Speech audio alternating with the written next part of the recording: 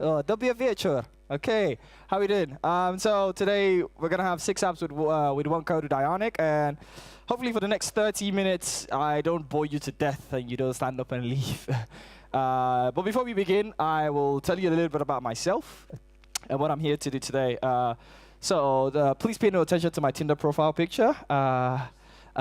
So my name is Sani Yusuf. I am the founder of a company called Hybrid, which is basically just me, myself. It makes it sound fancier if I say it's a company I founded, you know? And I'm also a Google developer expert for Angular, so I'm a GDE in Angular. So it's kind of this thing that Google started. We're supposed to be the cool kids. I haven't gotten any free tickets yet, so... I'm also working on a project which we've been working on for a while called UI School. I'm a lead instructor there, and I go around the world to train people on Angular, Ionic, and sometimes JavaScript, and sometimes life. Who knew at 26 I would be teaching people about life? Has anybody seen the movie Avatar? The blue people, not that nonsense that they did in 2010. The proper one in 2008. That is the... Exactly, not that one. The Avatar, the blue people, you know, that is the best movie of all time. If you do not agree, then yes. First of all, who hasn't seen the movie? Security. Now we know where the serial killers are in the room. Exactly, but I'm a big fan of that movie. I started learning the language. I went to Disney World to visit the place. And I kind of got like a de facto job because I was telling everybody about the movie on the little queue you have. So I'm a big fan. And I'm easy to find everywhere online. You can find me at Sani Yusuf everywhere. If you find anyone using that username and they don't look as ugly as this, let me know. Please feel free. All right, let's begin. So the web is everywhere today. What do I mean by the web? When I say web, I'm talking about, you know, things that you build with HTML, CSS, and JavaScript. That's kind of what we encapsulate as the web, and it's everywhere today. So if you look pretty much everywhere you are on the web today, if you check your mobile, there is the web powers mobile applications today. A lot of the mobile applications you actually use are built with web technologies, right? And then you have traditional web applications. Now, what do I mean by traditional web applications? I mean web applications that you sit down on a desk, you have a big screen or a monitor somewhere, and you go to www.something.com, you know, and we pretend we're working. Standard desktop application. By the way, if you hear me say desktop, it's kind of a Nigerian thing. It's too late for me to say desktop properly. So standard desktop applications, that, you know, the ones you install on Windows with exe or on Mac or Linux, where you have to kind of build your own installer and eventually have your program. IoT, Internet of Things, Raspberry Pis and all these, you know, sort of like sensors all out there. JavaScript is powering these devices as well. And then we have server-side. I think this was probably a turning point for what JavaScript could do or what the web could do. Because as soon as Node.js became a thing, we saw a huge, like, people started taking JavaScript serious. Like, you know, 10 years ago, if you had an exam and they said, mention 5 programming languages, if you wrote JavaScript, you actually got marked down. It was considered a scripting language, you know. But today, we can all agree that JavaScript is a proper, fully-fledged programming language because it lives outside the browser now, and server-side has made that possible. And TV applications as well. A lot of if you have a smart TV and you know you have one of those Samsung TVs, yeah, you can do a lot of fun stuff there with the web. Finally, we have proprietary devices. What do I mean by proprietary devices? I mean your Xbox, your PlayStation. If you fly economy class like me and you're just as poor as I am, you know the little screen they give you to make yourself feel better? Yeah, some of those are powered by the web. All right, so before I proceed, we're going to play a game. Who wants to play a game? Exactly, who wants to play a game? I'm going to give free Teslas to the winner. It might just be a picture of a Tesla. I didn't really quantify, so. So I want you to go on this website called sli.do. On your mobile phone, on your, if you're a cyborg, you can just type it right there in your head, sli.do, and you can enter the code. Actually, the code is wrong. The code is FEC. I changed it, but I just forgot to change it here, so I'm sorry. FEC, FrontEnd Connect. So it should ask you for an event code. You write FEC, and you should see a question. Can anybody guarantee that? FEC. Yeah? Are we in? sli.do, it should ask you for an event code, and you type FEC. Are we in? Yes, it should say which is the web app, right? Okay, so we're going to play a quick game. Remember, the code is FEC. So we're going to move on now. I'm going to show you a bunch of web applications, and we're going to play Spot the Web App, right? Okay, so who knows this application? We know where the alcoholics in the room are. Exactly, this is Untapped. It's like a beer discovery application, right? Uber. Everybody knows Uber, right? Exactly, right? SwareKit. Does anybody know SwareKit? Woohoo, Team SwareKit. Slack. Everybody knows Slack, right? And VS Code. Everybody knows VS Code. So I want you to actually show which one of these is a web application. Spot the web app. And while you're doing that and you're voting, I'm actually going to go live and show the data of the votes. So we can actually see that. Say that again. Well, as many as you want, really.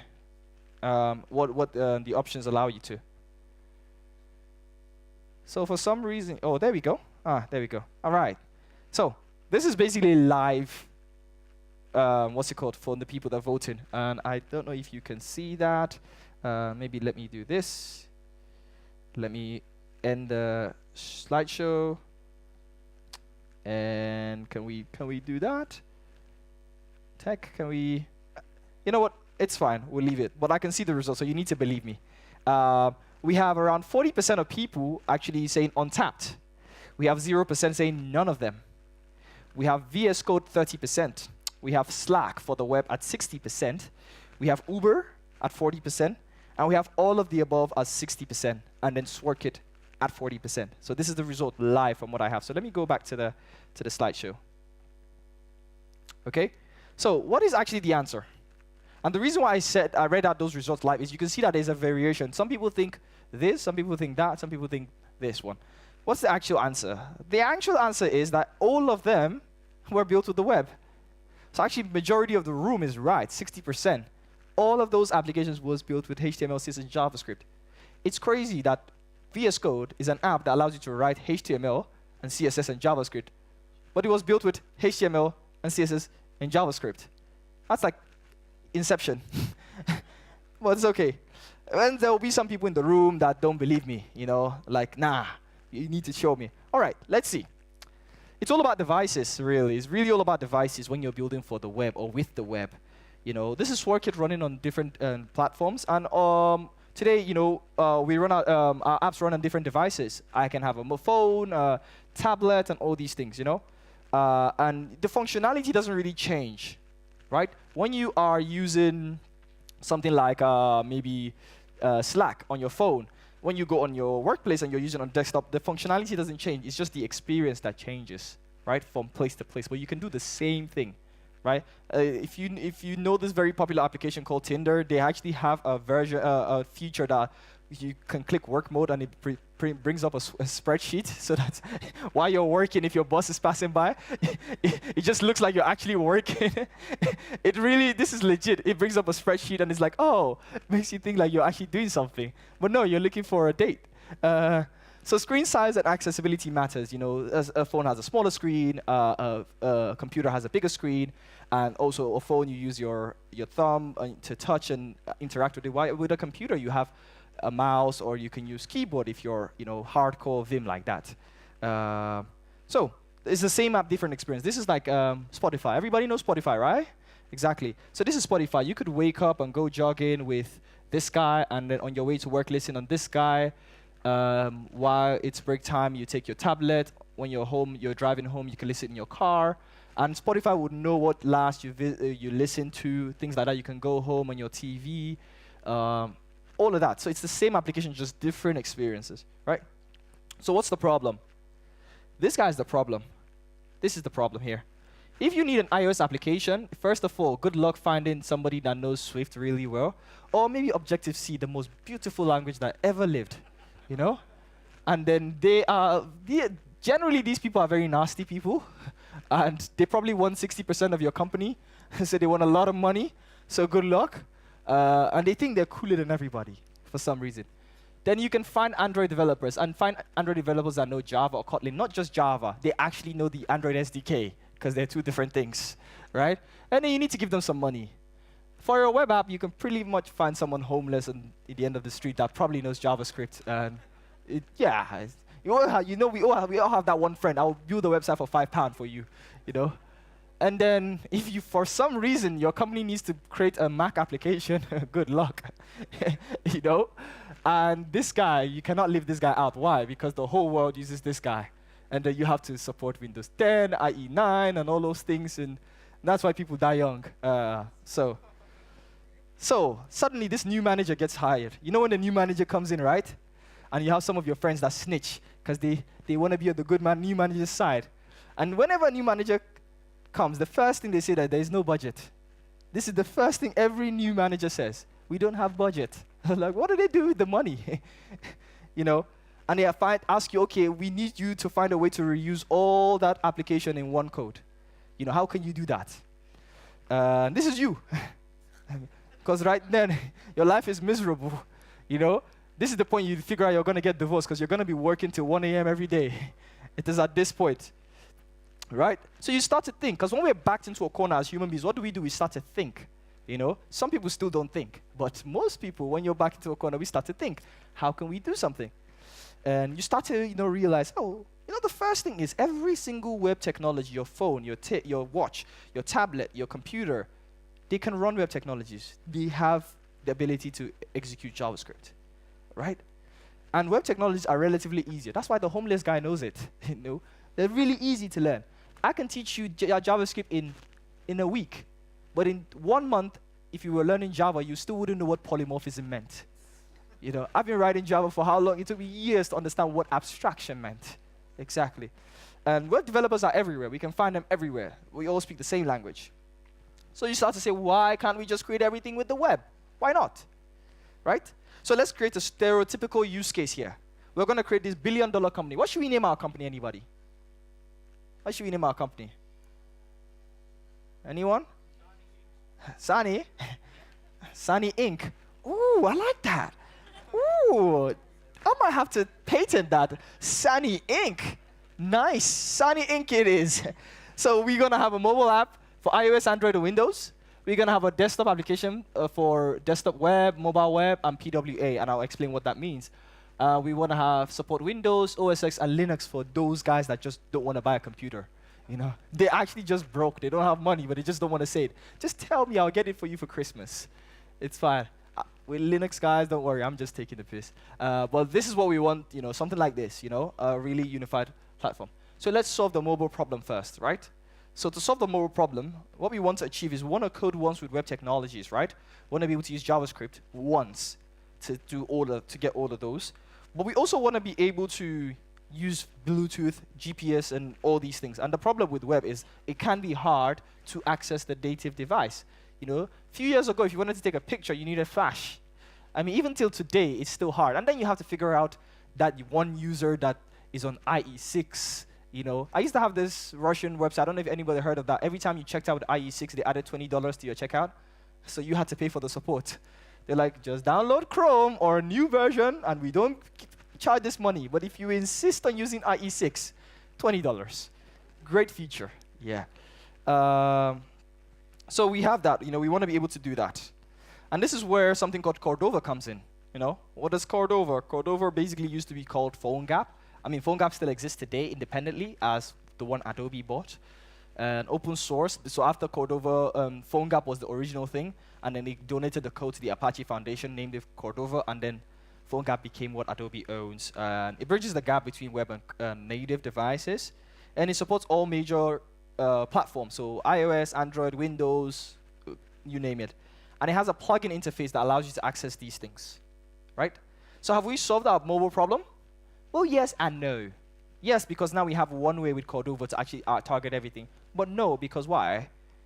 Mobile platforms have different UI skins. iPhone applications look different. Android applications look different. Some of those phones have hardware buttons. If you use Android, you have a button. Some only have one button. Actually, now there's no button because every year they remove something. headphone jack. Next year, they remove the screen. Alexa iPhone, And you see all these Apple people, well, why do you need the screen? Look, how many times do you look at the screen? It's genius. It's like, people still queue up for 3 days and buy it. And you have different, UI behaviors. So, like I said, some have back buttons. And don't forget those phablets. I actually have one of those. Those phones that make you look ridiculous, Exactly. For a guy that has small hands, actually, that's bold. And so how do you reuse at this level, without a code of if and else and if and else? So what do? Let's visualize the problem. We have a native app. With native, you get all these cool things, and you can access the device layer. But with Cordova, because you're using web, you just get div, span, tables if you still use them. You just get all these things. It's like I want you to build a house, but with native, you go to IKEA. And you just buy and assemble. But with web, it's like, go to the forest and chop your own tree and mix your own cement and build the house. Gives you more flexibility, but you're going to spend your whole life building a house. So how do we use at this level? And that's where we use something called Ionic. So what is Ionic? It's a web SDK for creating mobile applications. That's really all it is. It's open source, so it's free.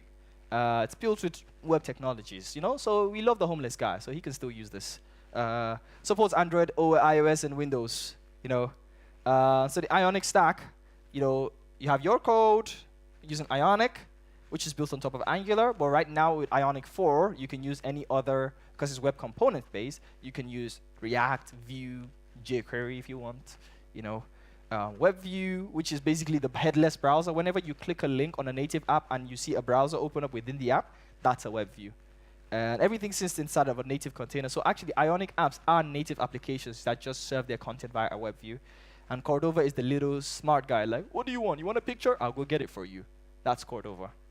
Features of Ionic, cross-platform components. This is the same code running on 3 platforms. Ionic library, more than 1,000, 2,000 icons. You can customize and configure it to the minute detail. And this is my favorite feature because I don't like tooling. I do not like Webpack.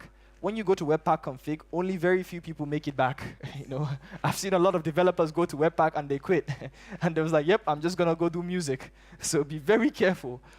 This is why I like the CLI. I don't have to do all those, bundling and somebody else does it for me. SAS pre-processing, transcript transpilation, and error reporting as well. And ahead of time compilation and trace shaking. Internationalization, right to left support, because we kind of forget 1 billion people read from right to left. It's weird because I read from both sides because I speak 4 languages, and one of the languages I speak is right to left. So this is natural for me. Who is using Ionic? More than 4 million apps generated from the CLI, 110 countries. There isn't a community in Warsaw, but there's one in, I think it's in Krakow. 18,000 Slack members. More than that now, actually, we're around 21,000. We have a very active forum. One of the top projects on GitHub. Some companies like Microsoft and all these companies, you can see some of the apps that have been built with Ionic, actually. So, shall we see some code? We want to see some code? Let's see some code. So now let's create our Sani Inc. Ooh. All right, all right. I think I might have to. Okay, so I think I know what I'm gonna do. I'm gonna just go to display, and I think I have to mirror the arrangement. I think this is what I'm supposed to do, right? I believe so. IT? I'm good, right? All right. I'm doing your job. All right, so I'm going to just open up my terminal, and I'm going to make this larger. Can everybody see? Yeah, OK. I'm going to CD into my desktop. Like I said, I can't say desktop. And so I'm going to use the Ionic CLI, which I already have installed. So I'm going to say Ionic start, which is the command. I'm going to create the name of the application, which is, what did we want to name this app again? Yeah, Sani Inc. Yeah. Look at that. I'm going to be famous. And then now you can put the templates. You can put either you want tab template or side menu template or blank. Or there's like around 5 or 6 templates. So I'm just going to use maybe tabs. I think the tabs are pretty cool. And I'm just going to hit enter. It's going to say, do I want to use Ionic Beta 4? I would say no at this point in time, and I have my reasons. And I'm probably going to bring the entire internet down by doing the npm install. But I think I have most of it cached, so I think it should work. There we go. Come on, internet. There we go. All right, do I want to install the Ionic SDK? I will say no. All I do then is I cd into Sani Inc. And I just run a command called Ionic Lab. And what that does is it's basically like there's another command called Ionic Serve, but Ionic Lab is a different version that actually brings up everything showing me all platforms that are supported. So let's have a look at that. Do I want to install Ionic Lab? Well, of course. And we do that. So everything here is like live. So guys, if something doesn't work, we just pretend like nothing happened and just move on. Like, you know, it's like, oh, you know. So let's wait for this. Why are you taking so long, Mr. Internet? Enter. Enter. There we go. Okay, good. He did something, so it worked now. So there we go. So now, who can guess which is which? You can see, let's actually make this bigger, right? So that we can see the screen. So you can see, this is the same code running. I've just generated. I haven't even touched the code, but you can already see how they look different, right? Can anybody tell me some of the differences you see already? Exactly. This is definitely iOS. So if you own an iPhone, you would know. If you own an Android phone, you know this is yours. And if you own a Windows, you would know that. And you can see like the headers and a lot of things. But there's even subtle details. Look at when I touch the icons. What happens? You see that? So Ionic go as detailed to that level where the shrinking effects, they do all of that because they really look at the native and they try to replicate that. So things like swipe back in the iOS to actually go from page to page, you have all those things. So here's what I'm going to do. I'm actually going to go ahead and implement some really cool stuff. I have a bunch of movies here in an API that I've hosted. And what I'm going to do is I'm going to go to create, I'm going to say Sani Inc. I'm going to open up my WebStorm. I'm sorry, I'm not going to use Visual Studio Code. I'm pretty much a WebStorm guy, so I think it's cool. And plus, I get it for free, so yeah. So I'm just going to go here. I'm going to go to the pages. I'm going to go to the home page. And quickly in the home page, what I'm going to do is I'm going to create a... Actually, let me do what we all do, which is we go and copy code from the documentation, right? So I'm going to go to the Ionic docs. Ionic framework.com, and we go to the docs if the internet will let us, and we would say developers. We go to the UI components. So let's hope that this page loads. Come on, Mr. Internet. Well, while that's loading, while we're waiting for that, basically what I want to do is I want to create these movies. I want to be able to use the card component. So because I know the code by heart, I can actually just go here and say, okay, this is what I want. I want something that looks like this, Ion card. Or actually, I think I have it written somewhere, so I can just actually copy paste. Yeah, that's probably better. Save myself a lot of time. So I'm just gonna open this here, and I'm gonna go to the shadow project I have, and I'm gonna say, just pretend you don't see what I'm doing right now, which is good. And I'm gonna make this larger. Can everybody see that? Okay, so what I have here is the card component, and what I'm doing with the card component here is I'm just basically, this is an image that doesn't exist yet, so I'm just basically like outlining what I want. So I want the picture of one of my favorite movies and the card, but I don't have all these things yet. So I'm gonna go to the app module, and because I want to query an API, what do you do when you want to query an API at Angular? The first thing you do? Yeah, exactly. You get the module. So well, that's exactly what we're going to do. Let's make this a bit larger. And I'm going to do imports. I'm just going to type HTTP client module. And because I'm using WebStorm, it's going to automatically import it for me. And I'm going to go, now I have the module. In the TypeScript file, I'm just going to write, first of all, I'm just going to copy the API here. And this API is available. It's open. So I'm just going to say maybe const API, and I'm going to say equals. I'm just going to add this string here. So this is the API, and then I'm just going to do, let me make this larger so everybody can see. Everybody visible? And I'm just going to say private HTTP client, HTTP client. Come on, I need you to index quickly. Okay, I might have to just do it. I hate doing the manual things. From, add Angular /common /HTTP, if I'm correct. And in there we can find HTTP client. So my computer is still indexing for some reason. You can see it here. So HTTP client. What I'm just going to do is I'm just going to create a new thing called my movies, right? And I'm just going to create that here. I'm actually going to add a $sign to show that this is going to be an observable. And I'm just going to say this.mymovies equals http.get. And I'm going to put API. Pretty familiar? Everybody okay with this? This piece of code? I'm just turning out the observable. And what I'm going to do is on the Ion card, I'm just going to use an ng4. And I'm just going to do let movie of my movies. And I'm going to use the async pipe. Async. And that's it. And so we're going to go ahead and actually preview our application. And voila. Look at us. Sani Inc. is coming. Look at that. Now Mark Zuckerberg wants to pay $10 billion for our Sani Inc. Right?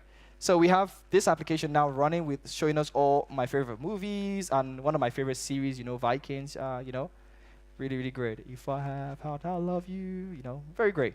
So now we can actually look and see that we have solved our, let me go back to the slides, which is here. We can now do this and say, we have, what's going on? Okay. So we've seen the demo, and we've solved our mobile problem now, right? So I have like 2 minutes, 55 seconds left. And the next thing we want to go and do is solve the web problem. So what is wrong with web? Web is very similar. It's just we adapt to different screen sizes because you have different screen sizes, mouse, keyboard, input, and all of that. And you don't forget about accessibility as well with the web. So, if someone is visually impaired or something like that. And let's see that, right? Okay, so let's see the web. Quickly, we're gonna end the show here. And so actually what we did know is that with this, we already have a web application. If I go to localhost 8100, we already have a web application because Ionic is built HTML. But we have this guy. Nobody likes this type of web application, right? This is a web application that needs a diet. So how do we do that? Okay, let's go.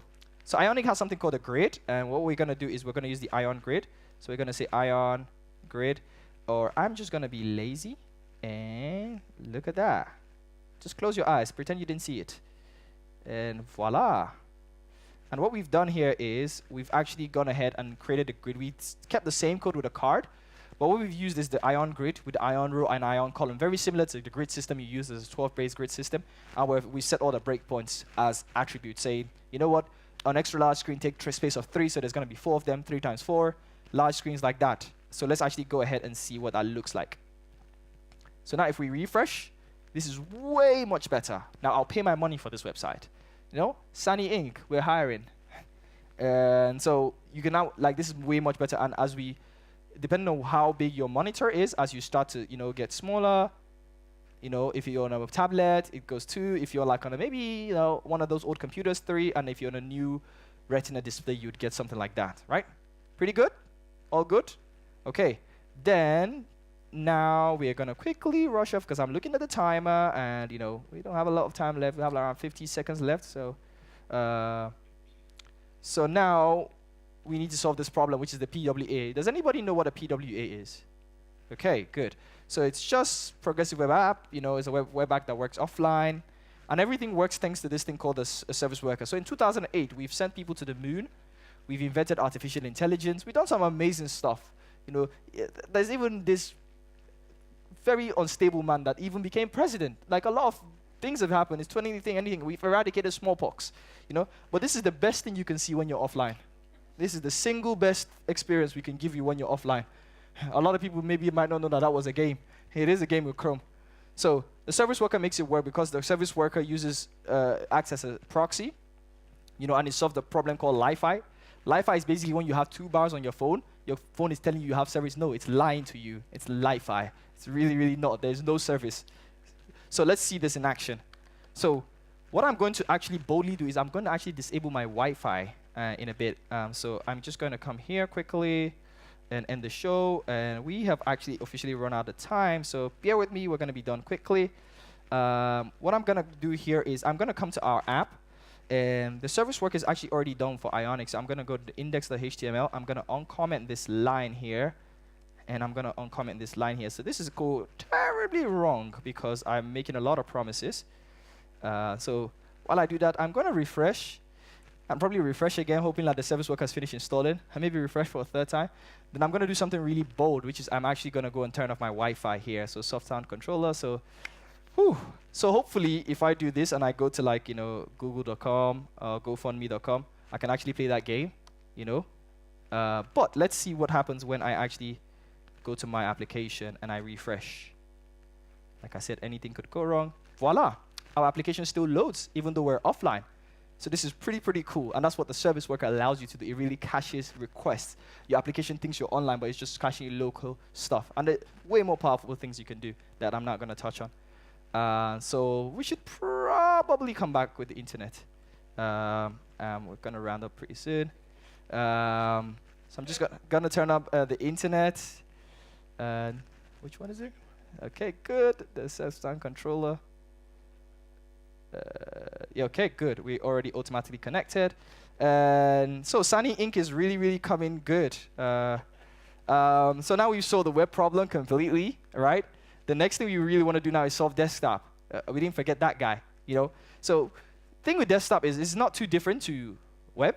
It's the same screen at real estate you have. You're sitting on a desk, you're using a big screen, or some of you that have like those crazy monitors, I don't know how you do it. You know, a few noticeable differences. Where the web application has access to the shell. You know, you can close it. It can exist as a sandbox application of its own, right? Offline is a must. Imagine if you couldn't use Photoshop without internet. Like if you don't have offline, go home for a desktop. You know, exactly. And you know, iOS, Windows, OS X, Windows, Linux, they all have their own skin. So you have to take that into account. So how do you reuse? And that's where we have something called Electron, which is basically originally from the Atom project. And it's the simplest way to say what Electron is the Cordova for desktop. I know people don't like that, but it's the simplest way. It's the Cordova for desktop, pretty much. It's open source. It supports multiple platforms. You can use web technologies and, you know, Windows support. Some Electron apps you already use today, actually, these two are built on Electron. They're built with Electron, I mean. So let's see our final Sani Inc. application. Good? All right. So we're going to end this. And to do that, actually, it's pretty simple. We're going to need the internet again. So I'm just going to go to Electron Starter. Oh, I'm pretty sure I have one in my trash. Do I have one in my trash? There's a lot of things I keep in my trash. No, I don't have one in my trash. So I'm just going to go to Electron Starter. So you can go to Electron Quick Starter. It's the GitHub page that gives you the starter project for Electron. And I'm very lazy to use Git. Like, so I'm just going to download the zip, really. You know, just... Yeah, you can notice that I don't really like a lot of hardware. Look at me, I'm not built for a lot of physical activity, so it's not my genetics that's speaking to me. Exactly.